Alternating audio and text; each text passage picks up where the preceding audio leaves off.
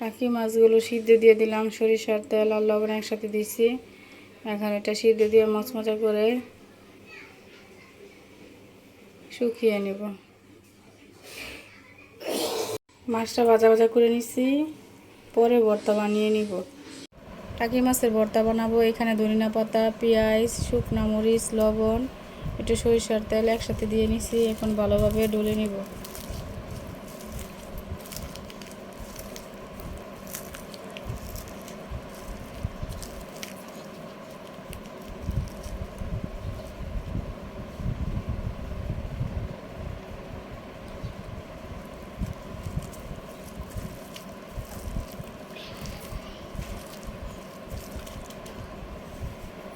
এখন টাকি মাছগুলো দিয়ে দিব।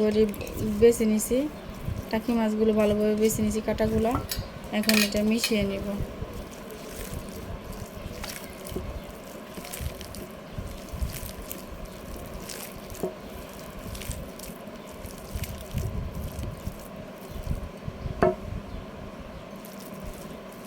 ভর্তা বানানো শেষ।